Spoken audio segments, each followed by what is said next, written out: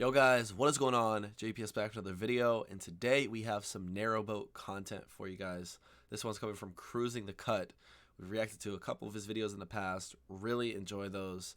Such well put together videos, so I'm excited to see what this one is. It's called The Tiniest Canal Boats in the World. So incredibly intriguing title right there. And I'm excited to get right into it. So yeah guys, hit the like button, hit subscribe. Consider joining the Patreon. First link in description. We literally just watched A Fish Called Wanda last Friday. It's one of the best movies we've reacted to yet. I enjoyed it so much. Like, really enjoyed that. So if you guys want to see that reaction, first link in the description. We watch a new movie, British movie, every Friday. And we have reactions to British shows throughout the entire week. So lots of stuff to check out on there. But let's get right into this.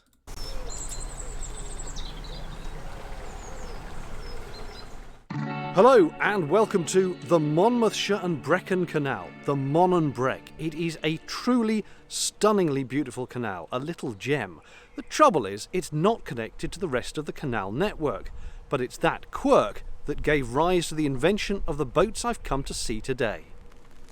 Welcome to South Wales, where it's no great surprise to find it's raining. Another clue you're in Wales is when filming is interrupted by sheep.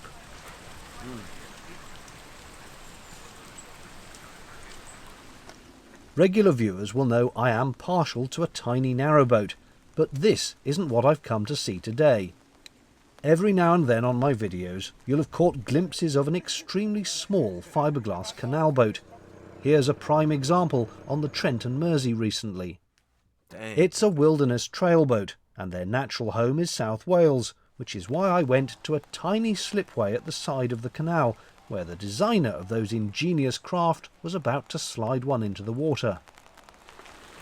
And here it comes, easily towed on a small trailer by a compact family car.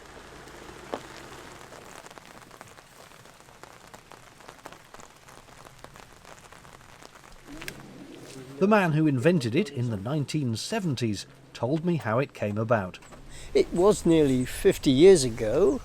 We were living in this area, husband, wife and two children, and we desperately wanted to get afloat on the waterways, particularly this Monmouthshire and Brecon Canal, and we had a little bit of cash left over from a house transaction, so we built the first boat as a prototype.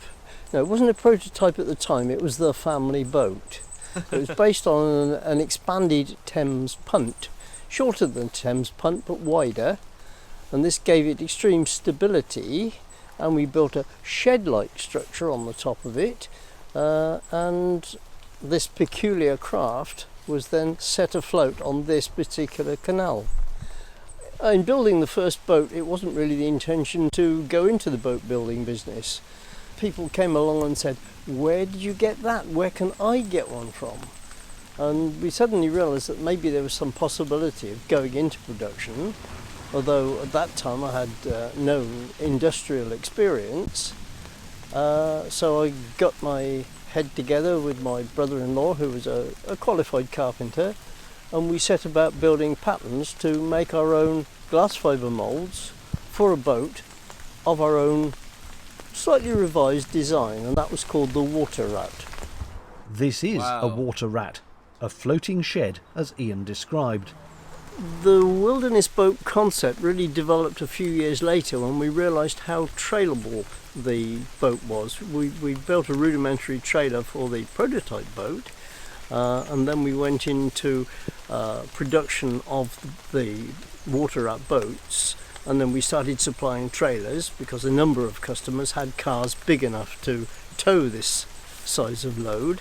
The later model emerged in 1978, which was the 23-foot Beaver, which is a longer version of this boat that I've got here today. Let's have a look around a 23-foot version then, which is truly a marvel of packaging that Sir Alec Isigonis himself would be impressed by. 23 feet doesn't sound like much, but you can pack an awful lot in. The rear deck is a lovely open space for steering or enjoying a nice tipple when you're moored.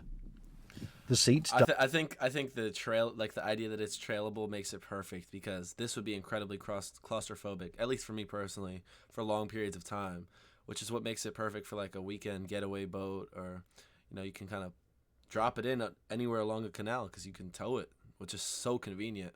You could tow it with what car? That was not a big car there that he was towing it with. So far, this is a really good, well put together video. It's very impressive. Double as storage lockers, as well as containing propane cylinders for cooking and heating, and the leisure batteries. Motive power comes from an outboard petrol engine. There's space, if you want it, for solar on the roof. To give a comparison with a conventional narrowboat, here's one now. You could get 2.5 wilderness boats in the same space, making mooring a breeze and turning, as you'll see. Inside are 4 berths, a galley and shower room. 2 berths are at the front, which during the day make up a dinette and seating area. To maximise legroom, the berths disappear into the bow by a fraction.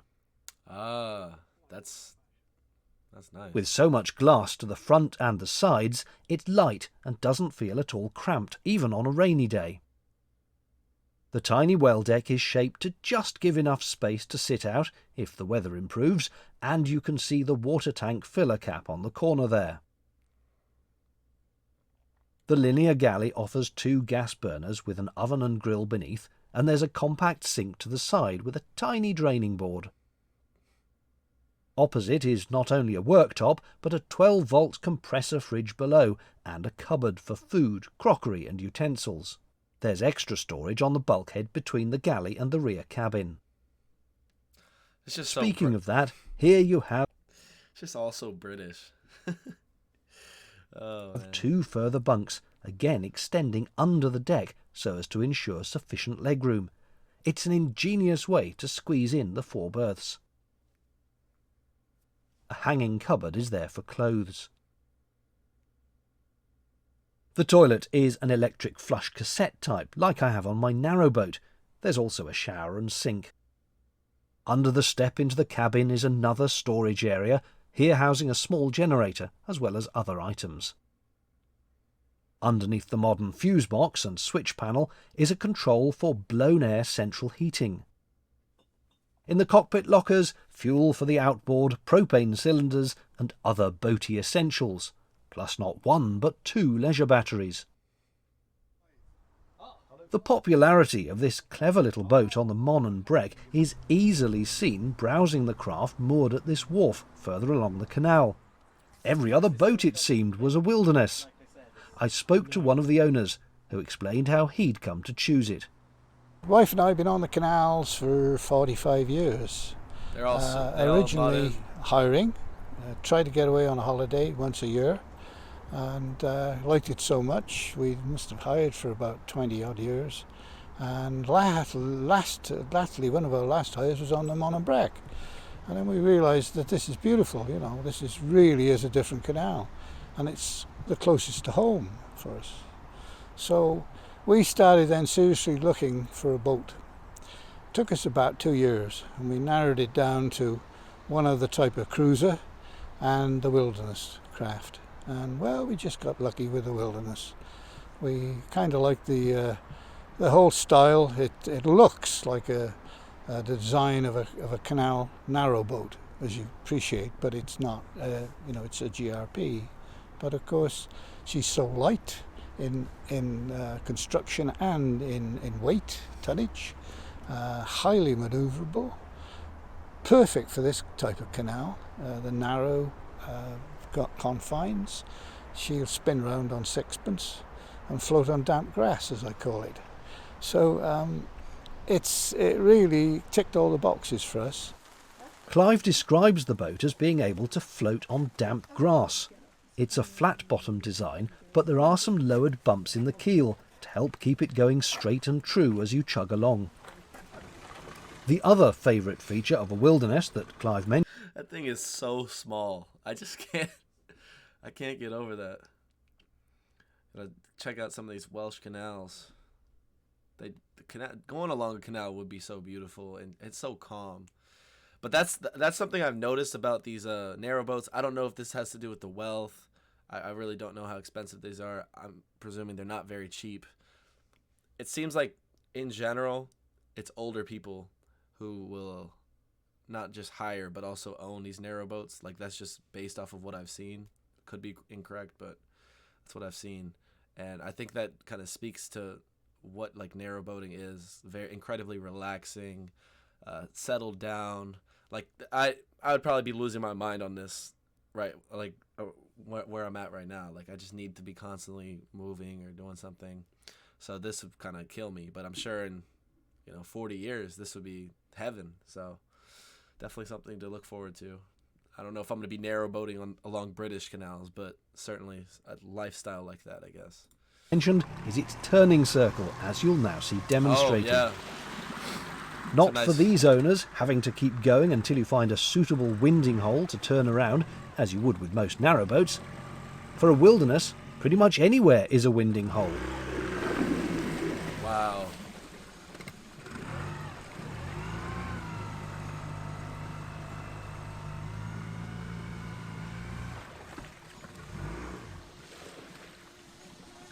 And before you know it, you're heading back the other way.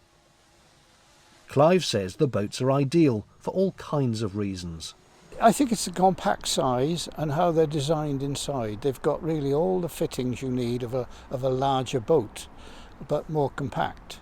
They're easy access. That's a big selling point, and very much appreciated. They're walk on, walk off. Many of the boats you'll see around you and on the canals are climb aboard.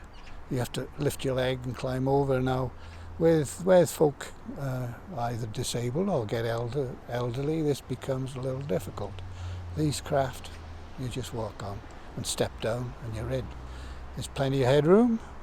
They're very comfortable. They're light and airy. I think I ought to be selling them. Would you ever sell yours? No. I prefer not to. No, I don't think so. Unless it was for an upgraded model, put it that way. Speaking of other models, the one I was watching being launched at the Slipway was even smaller at just 17.5 feet. This is the Beaver Cub version. But even so, it still fits in 2 berths which convert to a dinette, a galley and shower room. Inside is the now familiar wide expanse of glass at the bow doors and to the sides of the cabin, giving you clear views of the canal and all the beauty it holds.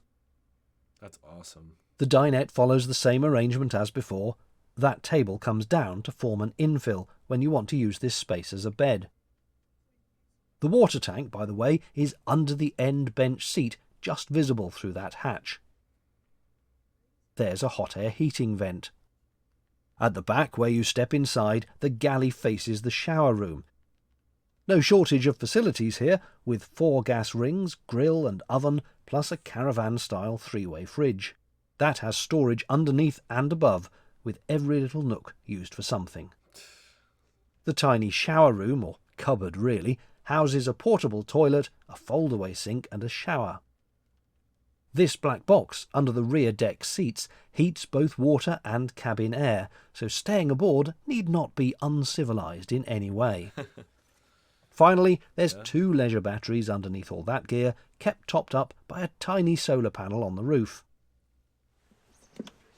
After backing the boat down the slip into the water, it's a simple matter of disconnecting the strap and pushing the boat out.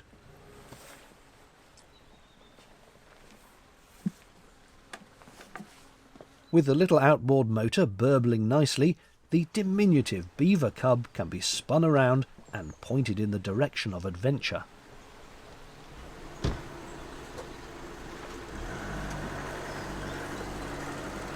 Mother and son owners Ruth and Jackson told me the boats have multiple uses. We were attracted to the fact that we can trail the boat, that we can pull it out to the canal easily. Our canal where we're based is disconnected, so we can go anywhere in this country, but also the ability to use it as a caravan whilst it's on the trailer means that we can then go further afield, and as many other wilderness owners have done, take it to France is our main aim. It is a very practical boat for its size.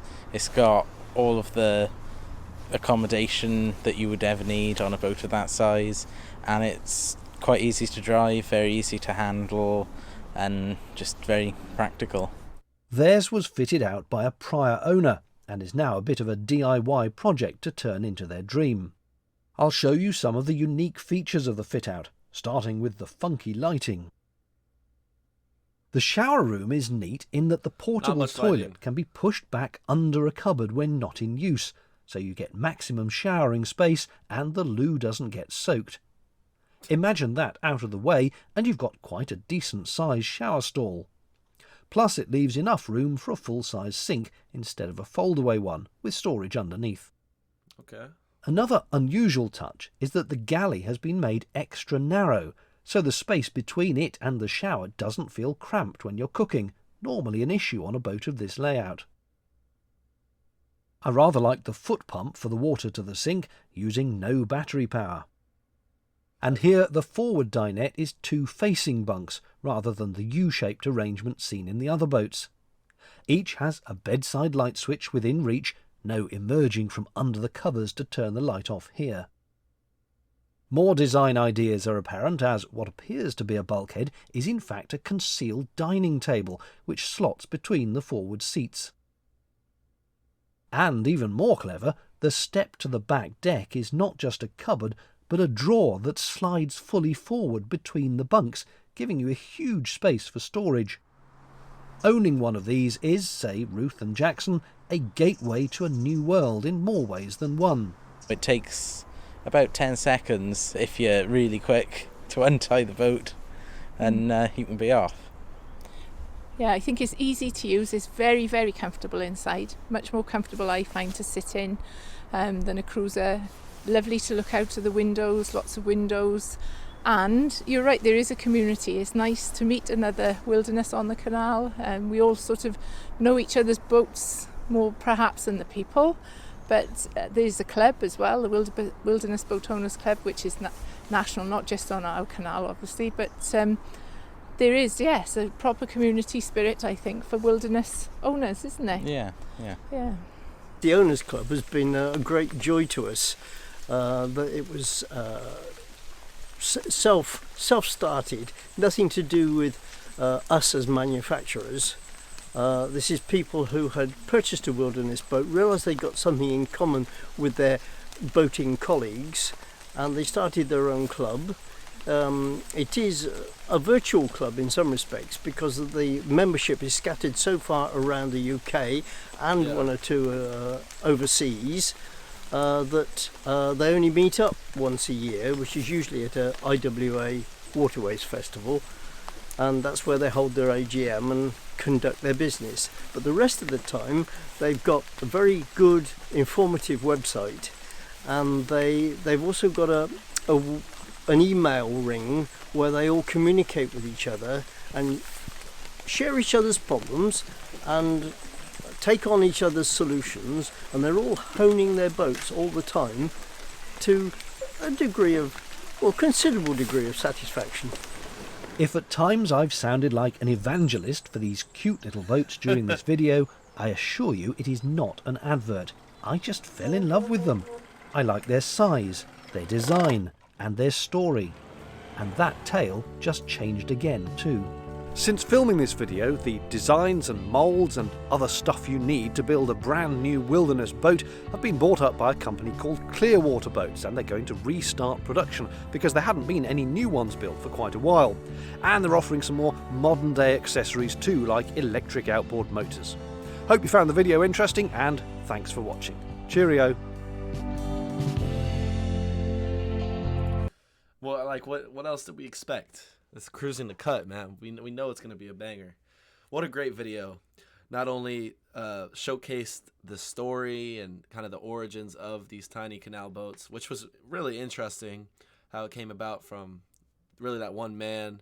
I know he worked with, I think it was his brother, I believe is what he said. And they kind of got the basis formed for the boats. Was bought up, so now there's more of these coming. I want to know in the comments, does anyone own one of these small boats? That'd be really... Let me know what that's like. Or for our narrowboat owners in general, owners. Let me know what the lifestyle is like, because I just think of it as like a kind of a retiring thing, but maybe that's just me. I know Cruising the Cut worked while he was living, or still does, honestly.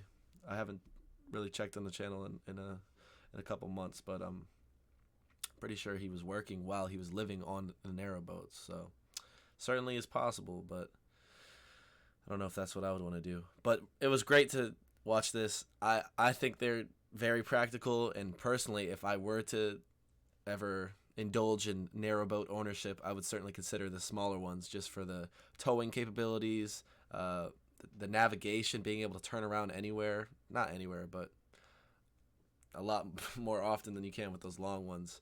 So, great video. I want to know what you guys thought of it in the comments down below. Make sure you guys hit the like button, hit subscribe, and I'll catch you all in the next one. Peace.